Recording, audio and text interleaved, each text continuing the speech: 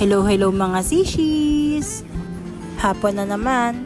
Alam nyo na ang routine. Sapatos muna. Wow! Oh, ingat sa mga dumadang sasakyan. Ano nabili mo? Ayan. Tingnan nyo naman ang view. Ang ganda ng sunset, diba? Ito yung part na nakaka-relax talaga. Pero aminin natin, hindi lang view ang pinunta natin dito. Street food is life. Joke lang po. Tita Mars! Kahit medyo pagod, basta may tawanan at banding, solve na ang afternoon walk.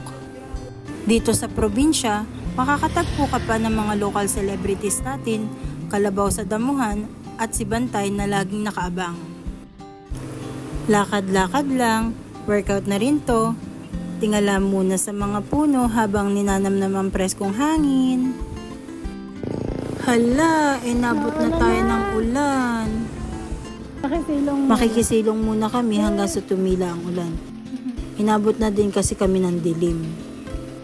At kasama pa ang aming cute na companion.